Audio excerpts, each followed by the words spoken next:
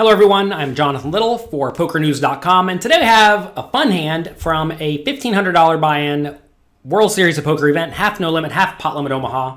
This is a no limit hold'em hand. We raised it up with pocket aces under the gun. That's a good hand to have. And now Jeremy Asmus, very good, very strong thinking player, elects to call from the big blind. It's always good when you have position on the good, strong thinking players. You definitely don't want them on your left because they will make your life miserable. So I raise it up. He calls in the big blind, as he probably will, with a decently wide range. Flop comes 10, 6, 3. He checks. I'm going to be continuation betting this flop with my entire range. Now, obviously, he could connect pretty well with this board, but at the same time, he's also just going to have a whole lot of garbage, right? So if he has a whole lot of garbage, I want to just make a small bet with everything and make him fold out all the garbage. So pot's 4,100. I go 1,600, which I think is fine. This board is a little bit coordinated to the point that I don't mind sizing up my bet a little bit. If the board was like 10, 4, 2, without a flush draw, perhaps I could bet a little bit smaller. But I think this is fine.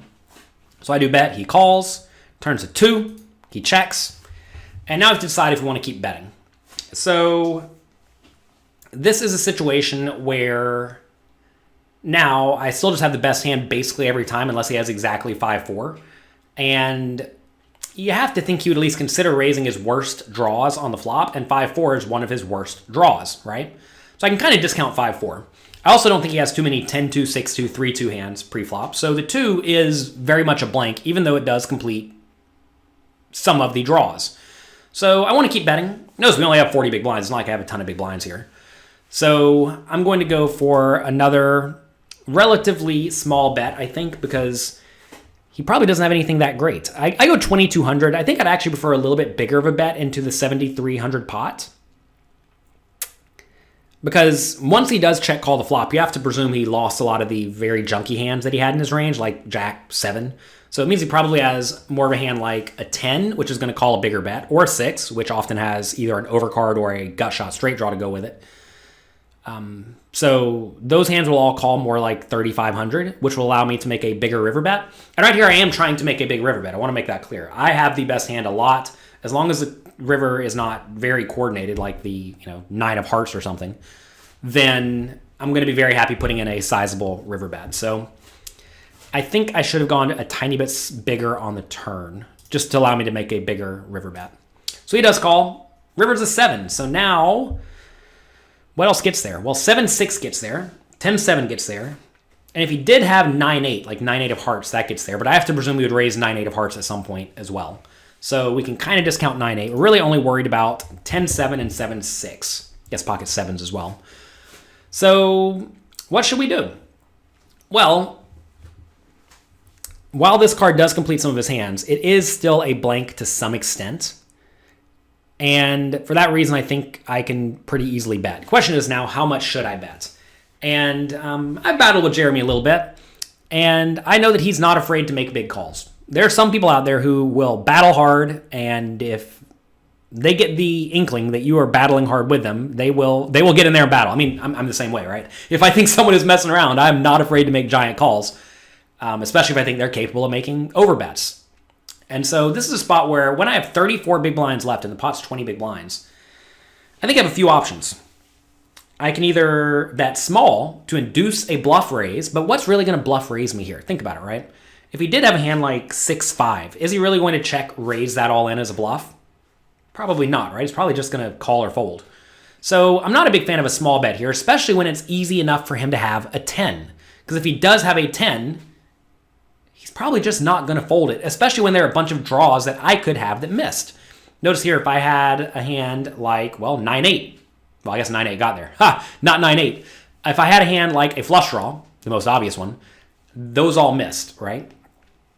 Also notice that I have the ace of hearts in my hand, which means that he cannot have the ace of hearts, which means he's more likely to not have a flush draw here, which is good, because I don't want him to have a flush draw here. I want him to have a made hand. So if he's more likely to have a made hand, then I think I need to go for a sizable bet.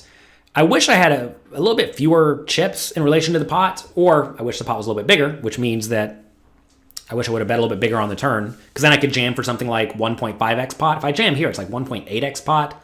That's pretty big. 1.7x pot, I guess. That's pretty big.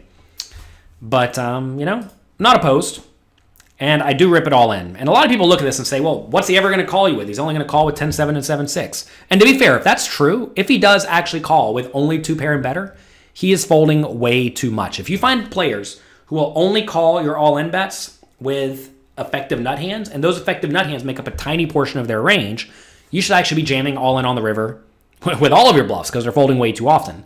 Think about this, right? If the only realistic hands you could have here that will call are 10-7, 7-6, and pocket 7s, because perhaps he raises sets earlier, perhaps he raises the random 2-pair you could have earlier, that means we lose to, let's just say he has all the offsuit ones. He has 3 combinations of 7s. He has 9 combinations of 10-7 and 9 combinations of 7-6. So that's 18, 9, that's 21 combinations of hands. Okay? Think about this, right? If he could also have ace 10, king 10, queen 10, jack 10, 10-9.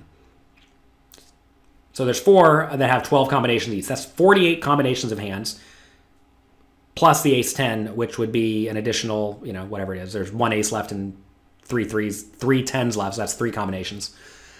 If you have problems with counting combinations, by the way, go over to pokercoaching.com. It's my training site, and check out the video by Matt Affleck on counting combinations. It's very important. Anyway, we're looking at something like 51 combinations of 10s alone. So we have 21 effective nut hands, but 51 10s. Also, he could easily have a 6, right? He could have 8, 9-6, 8-6, 6-5. Those hands add to more hands he's going to be folding. What this amounts to is if I do jam here, he realistically may only be calling with like 15% of his total range if he's only calling with 2-pair or better. If he's only calling with 15% of my total range, I can just print money by jamming, because in this scenario, when you jam, let's just assume I'm risking 2x pot. Minimum defense frequency here is, what you do is you do the amount that you are betting, which is 2x pot, divided by what we are trying to win, 1 pot, plus the amount we are risking, which is 2 pots. So we have 2 divided by 3, which means we need, if we steal this pot more than 67% of the time, we immediately profit, right? And here it's a little bit less because I'm betting less than 2x pot, so maybe it's, call it 65% of the time, which means that if he wants to be unexploitable, and that might be the wrong word. The minimum defense frequency here means he needs to call with about 35% of his range. And I just went through very rough math to show you that if he's only calling with 2 pair, he's only calling with 15% of his range, which means he needs to call with 10s. And if he's not calling with 10s, we can just run him over. So Jeremy's a good player. He realizes this. And I think he probably has a lot of 10s. Maybe there were some live reads or something going on. I don't presume to have any good live reads against world-class players like Jeremy. But if I did get the vibe that my opponent was kind of like staring me down to see what's happening, meaning they're trying to figure out what to do or what I'm going to do, I'm going to be way more inclined to make a big bet here, because if he has a 10, he's just not going to fold. So I do jam. He does call. And look at that. He has a 10.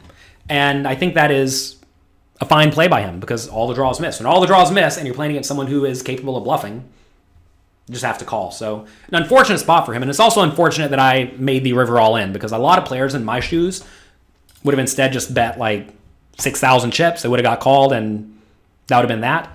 But in spots like this, it's very important to analyze your opponent's range well and then make the bet that makes the most logical sense based on your opponent's range and their tendencies, right? Like if I thought this was a random recreational player who really cared about this $1,500 tournament, I would never go all in here, because those players are going to overfold to the all in, which means I'd be going all in against those players with all my bluffs, because they're going to fold too often. So make sure you are doing your best to maximally exploit your opponent. And if you don't necessarily know what they do wrong, go through the range analysis and realize, in this scenario, the aces probably is good enough to jam, because he should actually have relatively few combinations of hands that beat me. So that's going to be it for this episode for PokerNews.com. If you enjoyed it, let the people at Poker News know on Twitter at Poker News. And if you enjoy this, click like and click subscribe on YouTube. I would appreciate it. Good luck in your games. Have fun. And I'll talk to you next time.